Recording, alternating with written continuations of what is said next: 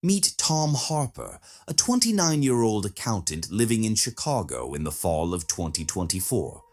Tom's your classic overachiever, works hard, stays late, always chasing that next promotion.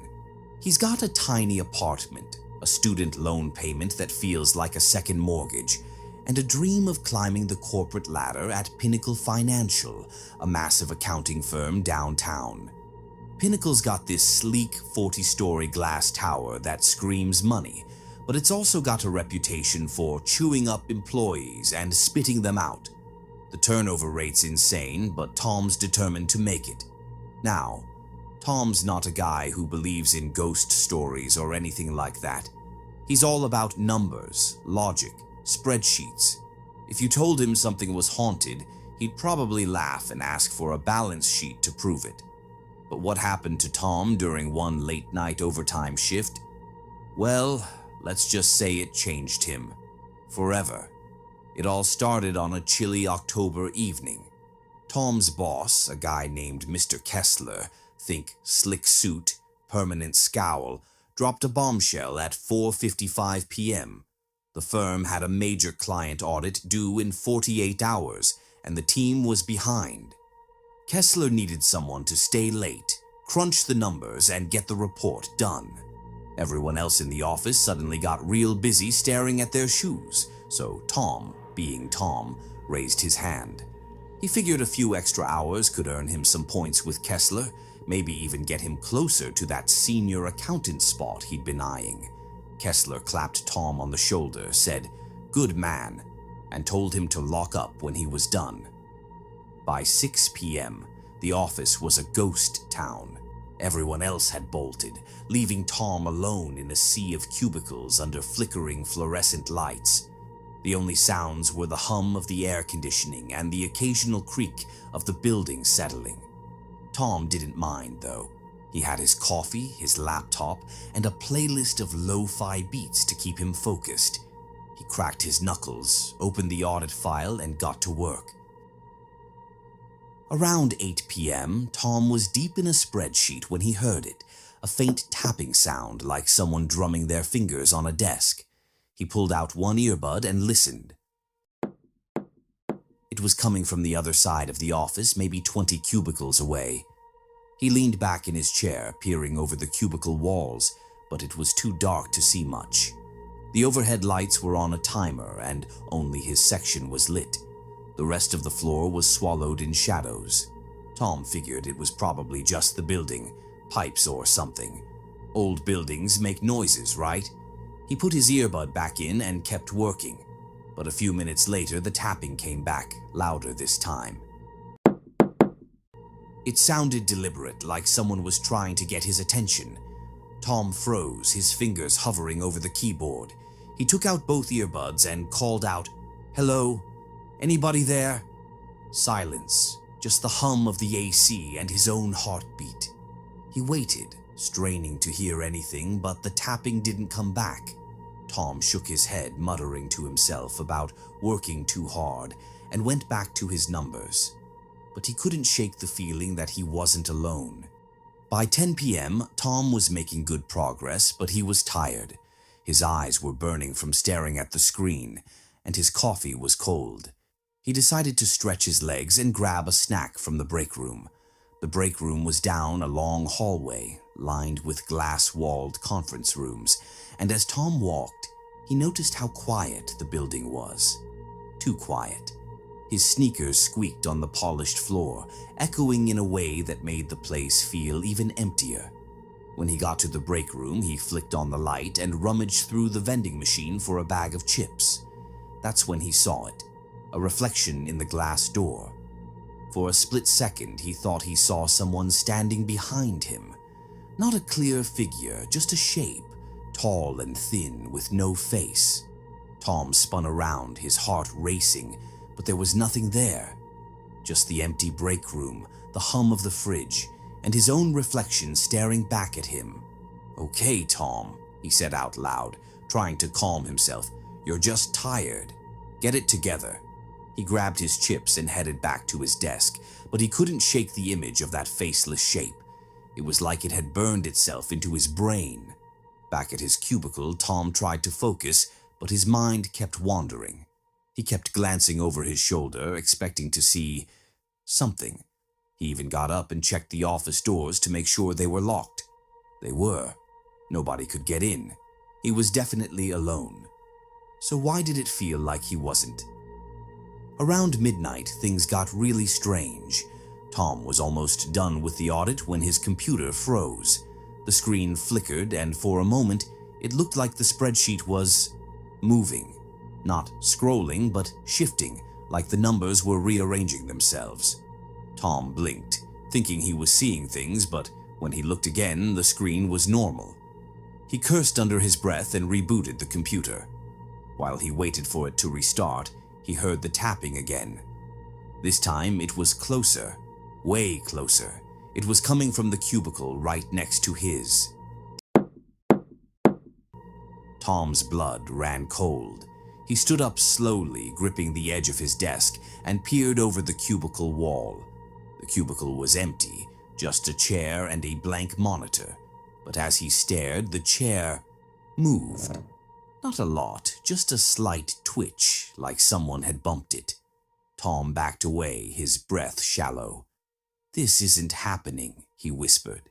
He grabbed his phone, thinking he'd call security, but there was no signal, not a single bar. That was impossible. His phone always worked in the office. He tried the landline on his desk, but it was dead too. Just static. That's when the lights flickered. Not just his section, but the whole floor. On, off, on, off. When they came back on, Tom noticed something new. There was a piece of paper on his desk that hadn't been there before. It was a post-it note, yellow and crumpled, with 2 words scrawled in red ink. "Keep working." Tom's knees buckled. He sank into his chair, staring at the note.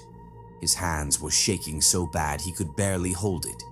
Who wrote this? How did it get here?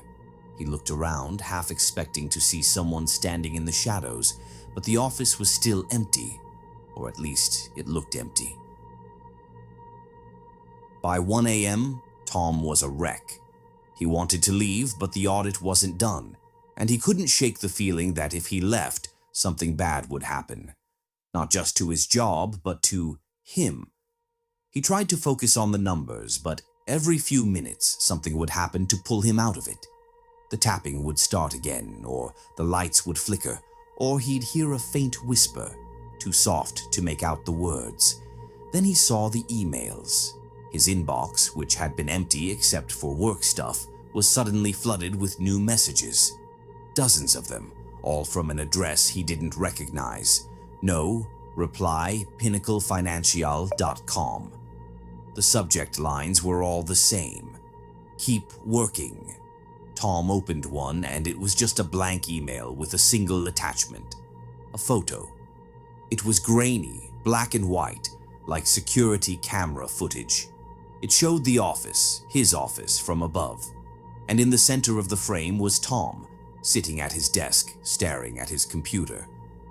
The timestamp on the photo was 12:47 a.m., less than 15 minutes ago. Tom's stomach dropped. He looked up, scanning the ceiling for cameras. There weren't any. Pinnacle didn't have security cameras in the cubicle areas, only in the lobby and hallways. So where did this photo come from? And who was watching him? He deleted the email, but more kept coming. Keep working. Keep working. Keep working. Each one had a new photo, each one taken from a different angle. Some showed him from behind, some from the side, some so close he could see the sweat on his forehead. Tom slammed his laptop shut, but the screen flickered back on by itself. The spreadsheet was gone. In its place was a single sentence, typed in red across the screen. "You're not done." Tom couldn't take it anymore. He grabbed his jacket, his phone, his keys, and sprinted for the elevators. He didn't care about the audit or his job or anything else. He just needed to get out. But when he pressed the elevator button, nothing happened. No ding, no lights, nothing.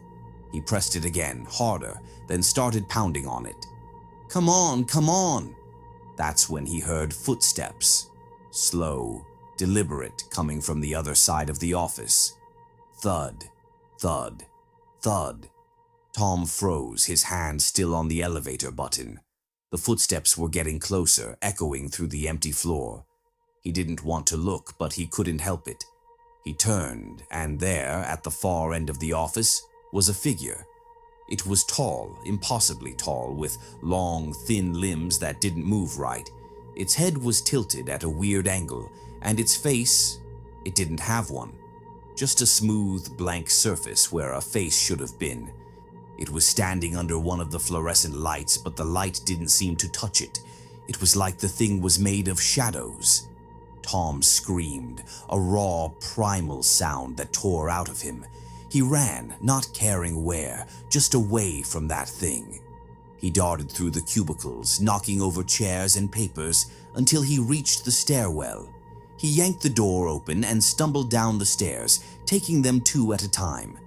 He didn't stop until he reached the lobby, where he collapsed against the glass doors, gasping for air. The security guard, an older guy named Frank, looked up from his desk. "You okay, kid?" he asked, frowning. Tom could barely speak. He just pointed upstairs and stammered something about a figure, a faceless thing. Frank raised an eyebrow but grabbed his flashlight and said he'd check it out. He told Tom to wait in the lobby. Tom sat there, shaking, watching the elevator lights. They stayed dark. Frank didn't come back. 10 minutes passed, then 20. Finally, Tom couldn't wait anymore. He pushed through the glass doors and ran into the street, not stopping until he was back in his apartment. Doors locked, lights on. The next morning, Tom called in sick. He didn't go back to Pinnacle for a week. When he finally did, he found out Frank had quit the same night Tom ran out. Nobody knew why. The audit? It was done. Perfectly completed, submitted on time with Tom's name on it. His colleagues congratulated him, but Tom didn't remember finishing it. He didn't remember much of that night at all, just flashes of fear and that faceless thing. He tried to dig into it. He asked around, checked security logs, even looked up the history of the building. Nothing. No record of anything weird, no cameras in the cubicle areas, no explanation for the emails or the post-it note or the photos. But there was one thing that stuck with him.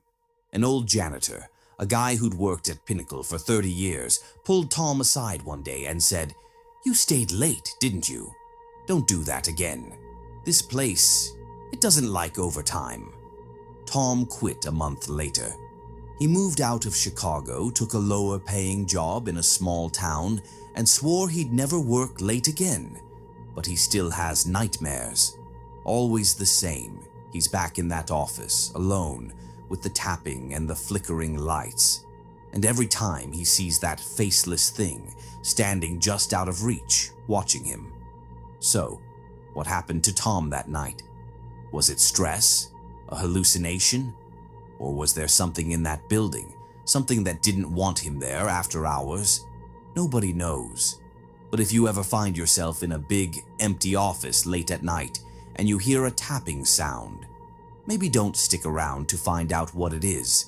That's it for today's story, folks. If you liked it, hit that like button, share it with your friends, and let me know in the comments if you've ever had a creepy office experience.